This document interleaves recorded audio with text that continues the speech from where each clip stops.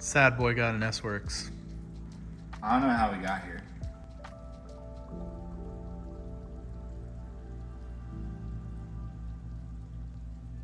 Tarmac 8. So yeah, we got the Tarmac SL8 here. We literally just built up an SL7, and what we're gonna do in this video is compare the two bikes. We have an S-Works well, we have 4 SL8s and we have an SL7. Let me grab the SL7. So what I'm gonna do is build up the SL8 with the same parts I have on this SL7. And we're gonna see, obviously, if it is lighter. They're claiming that it's over 100 grams lighter than this bike, so we'll see if that's true. We're also gonna kind of point out some of the differences. The biggest one, obviously, being the head tube. Whenever we saw the spy photos of this thing, we were like, well, I mean, it was pretty controversial, but it definitely like had a beluga whale kind of vibe to it. Like out in the ocean, like swimming around in the water vibe. Like ramming stuff with its forehead kind of vibe. And it's actually a lot less pronounced in person, and it doesn't look bad at all. The SL7 definitely looks more traditional. The front of the frame, obviously, like the fork is got this like cut kind of thing going on here. It's got like a shelf. The SL7 did not have a shelf. So, and then the bottom bracket, you can see like the rear end of the bike is a lot more round and narrow. Honestly, it kind of reminds me of the Ethos a lot. Check out the difference in the tubing there. It looks like that's probably where a lot of the weight savings was. Like this is super, that's like a small little boy there. And like you can see they've kind of narrowed the seat stays too. The seat post doesn't look too different. It definitely looks narrower, just kind of like optimized. Honestly, it's not that different. It just looks optimized. It does have the same geometry as this bike. And I've actually been riding this bike frequently in the last couple weeks. But we did make a build video on this bike. We're not gonna do a full build video. I'm gonna build it off camera because we literally just did that. I figured it's more interesting to kind of compare the two. So the one in the bike stand right now is called, holy crap. That's not the name. Satin Carbon Viva Cayenne Blue VIAVI. I don't know how to say that word. Silver dash blue pearl edge fade dash gloss metallic white silver. That's Dang. the color. Dang. That's what I thought of. This one is called gloss white dune white pearl impasto.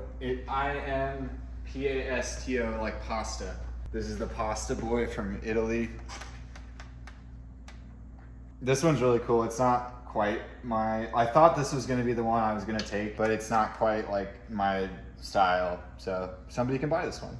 This one is called Gloss Carbon, that Vivia word again, VIVIAVI. I don't think that's a real word. Magenta gold / chaos red pearl / white. Definitely a fire colorway from Specialized on this boy. Holy moly. We got satin powder indigo dash amber glow Strata. Strava? STRATA. So there's one letter off of Strava. Obsidian. Dang. This one is the one that I would say is like it almost like feels like it's hand painted. I hope you can feel it on camera too. You know, like just touch your computer screen right now and just. Dang. This is obviously the most wild one. There's 2 other colors that we have on order, but we got 4 in for the first run. There's like a chameleon one that we don't have in the store right now, and then there's like a black one that is just there to be painted. Like you paint it yourself, so that's a cool thing that Specialized has been doing, like a ready to paint. But anyway, we're gonna build up the blue one. I was pretty torn between the white and the blue one, but I think the blue one's more my vibe, so I'm gonna be building the blue one up. We're gonna take all the parts off of the SL7, and then we're gonna have a little bit of a first ride impressions and weight comparison and everything. I'm also gonna show off the new cockpit here. All right, so this is a SL7 S-Works frame. 16.7. 16.7. And there will be one difference between the two bikes, and I'm gonna get to that in a second. But we have to use the tarmac stem. And we'll cut and then show you why. So in the box, you get, with the frame, you get 3 headset toppers. You have this and this are the same. This is just if you want to slam your bike. This is if you want stack and then it puzzle pieces together. This is just like a 0. And then there's this one, and this one works with the tarmac stem that everybody is used to if you have a tarmac. It's the same stem that you already have on your tarmac, and they have a bottom piece that just fits in with the split ring is now plastic. So if you recall the SL7 recall where this was like their split ring was cutting steer tubes, I do not think that this will be cutting any steer tubes because it's literally plastic.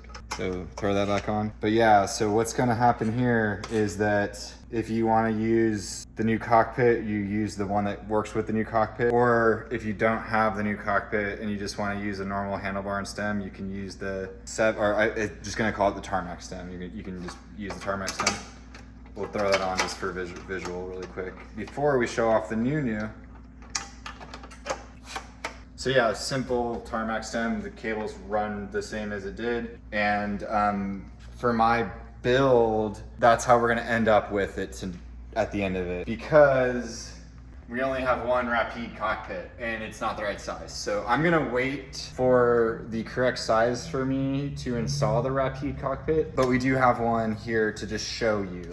This is Jimmy's Rapide cockpit and it's not the right size. You can see it's got a hole there that the cables run out of.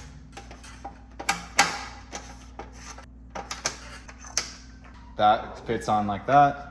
And then it sits flush with the Rapide cockpit. This is the slammed headset topper, but eventually this will be what the bike looks like, and that's where Specialized is claiming the aero gains to be, is all in this fork headset. The beluga whale is why it's fast, is why I think that's what they said, right? Yep, like a cheetah in the ocean. Ocean animals. Yep. But anyway, so like I said, we do not have the right size for me. They're gonna ship it out whenever they get it in stock, but we did order a bunch of these, so we'll have the right size for you if you need it. But yeah, that's pretty much all the differences. There's not too much different other than refinements, and refinements are really hard to put onto paper sometimes, so we're gonna build it off camera because I think it's more interesting to really talk about the comparison between the old bike and the new bike. Once we get it built, we will pull the camera back out and talk about it when it's finished. So day 2 on the build, we went mountain biking last night. After talking it through, Jimmy donated this bar. It's like 42. I think I'll be able to ride it. I was riding 44s before. I think we're just gonna go with it. Jimmy was really insistent on it that we built it with the bar, so we're gonna do it. It looks way better with the bar. It looks way better with the bar. It kind of looked goofy with the tarmac stem, and so I feel like they did build this bike for that bar. that's what they did, yeah. So you're supposed to have the bar, and we're just gonna roll with it. Like I said, we're not gonna build the whole bike, but I wanted to highlight the differences, and I have a difference that's happening. The SL8 comes with a brake booster for 160 rotors, and one thing I was wondering is I don't see a way to put a 140 rotor on the front of this bike, because it came with this and it says 160 only, and so I'm just thinking, I'm like, well, how do you put a 140 on this, because you can't mount the brake to the fork. This brake booster, the like SRAM one, does not fit either.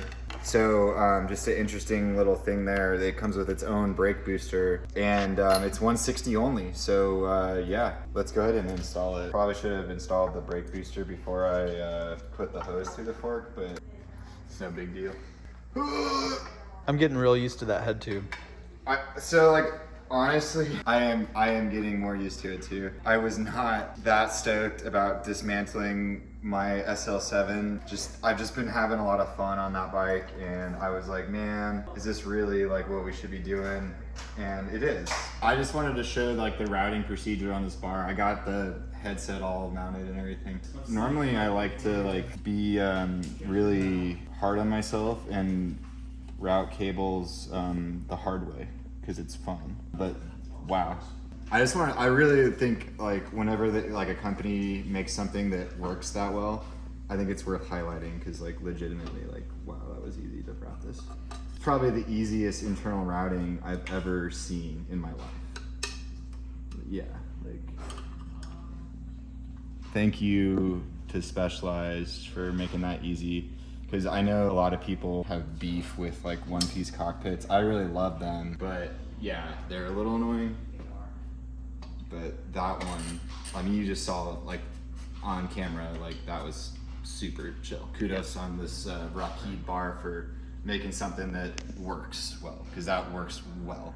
So I know we just filmed an awesome, easy routing, but I forgot to install this piece. And this piece does not have a split ring, which is stupid. So I have to pull it back out. We're gonna get there. So we made another critical mistake. We had to put these pieces on before we put the stem on. So we're gonna redo it again for the third time. At least we don't have to pull the cables out of the handlebar. What we're doing here is it's a two-person job to get this stem on, because it's like the expander plug expands the steer tube out, and then this thing is carbon and not super flexible. So it's this kind of seesaw movement where we both are sawing in opposite directions. He's seeing and I'm sawing. Seesaw. It's tight. You wanna keep going? No. Okay. I'm satisfied. Tight. Honestly, like, it's not straight. Is it like, it feels like it's got good preload. Maybe I'm like, I just don't think that that's like all the way like. It's because you're looking down in it. Oh, I'm looking into it. Yeah. Oh, okay. Like here it looks great. I do like how the cables are like tight up against it.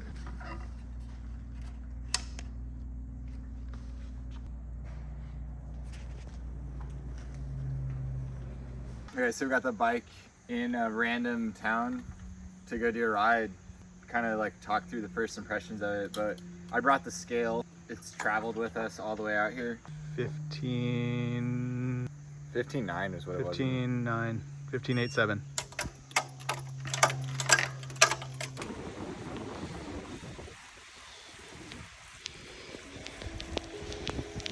I wanted to point out it's kind of wet. Totally pseudoscience here, but like check out the streaks of water on the Rakid bar.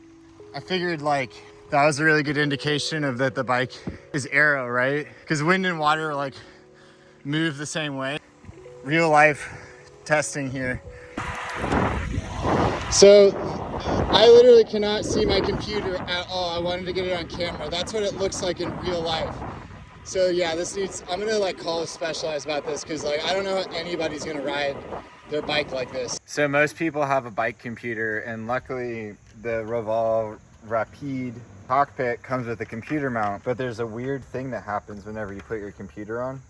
That was pretty normal, right? Why is it pointed so far down? It's really hard to read. I've already done one ride on this bike, and the whole time it's like, you know, whenever your screen brightness is too low and it's like your phone's got a glare on it because it's at the wrong angle. That's how I feel like I can see the computer. So one thing I hope they fix is like release one that actually works. We're gonna ride it, but like I don't think it's right. It ain't right. It ain't right. So yeah, I don't know why Specialized did that. There's zero adjustability on this, and like for me to see the computer, let me get in my computer seeing position. That is now I can see the full color on the screen at like this far ahead. If I move even there, it's got a glare.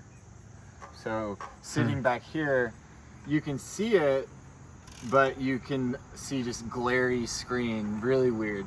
So we switched bikes, and now Jimmy's on the tarmac.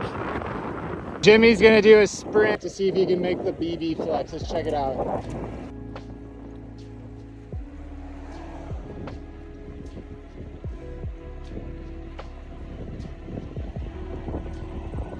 Did you feel like it was flexing underneath you? Flex it all, no big deal. Looking at it, that's sitting down. It doesn't look as fast, but The two main things I would say that are changed from the old bike, and if these two things are important to you, then it is worth upgrading into the new bike. The new bike is better than the old bike. This bike is just about a pound lighter than the SL7 that I just had, and it does feel faster to accelerate. The old bike wasn't slow by any means, but if you want something that's gonna sprint fast, be lightweight, it's probably the best climbing bike I've ever been on. Whenever you rip it up a climb, it goes. And that's the kind of bike I like to ride. It's very lively. This bike rides livelier than the SL7 did. And I know we're kind of splitting hairs because that bike is amazing too. If you're kind of thinking about maybe getting the new one and you're kind of on the fence about if it's really an improvement or not, I can definitively tell you that it is an improvement in riding. It's not blowing me out. It does not blow the SL7 out of the water. It is definitely a better bike than the SL7. The cockpit is great. It's comfortable. I love the way they route the cables here. The computer mount needs some work. I mean, I think I got a good shot of that for the video. You cannot see your data when you're riding, which is the number one negative thing about this bike right now. Other negatives, I don't really have a negative, honestly. Pretty sick bike. I think that if you're kind of in the mood for a new do-it-all road bike, it's hard to recommend something else. The other bike I would recommend is sitting right there, and we're gonna do a head-to-head. So the next time that this bike's on camera, we will be doing back-to-back riding and comparing the SL8 to the Mendon. Make sure you subscribe because we're gonna be delivering some awesome bike versus, like in a Coliseum battle situation. I don't know which one I would buy right now if I was a consumer, to be completely honest with you. I want to talk about this bike in the context of that bike so bad, but we have to wait. So please subscribe if you're interested in that conversation.